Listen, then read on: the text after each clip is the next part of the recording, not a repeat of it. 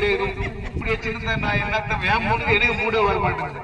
அங்க ஒரே சிரிப்பா சிரிச்சு இது சந்தோஷம் மீது எல்லாமே என்னவோ வீட்டுல. ஆமா, ஆண்டவர் வார்த்தை எந்த அளவுக்கு நீங்க சந்தோஷமா இருக்கிறீங்களோ, எந்த அளவுக்கு நீங்க மகிழ்ச்சியா இருக்கிறீங்களோ, வேதனை. இப்ப நான் ஒரு சிலருக்கு சொல்றேன் பார்க்கலாமா?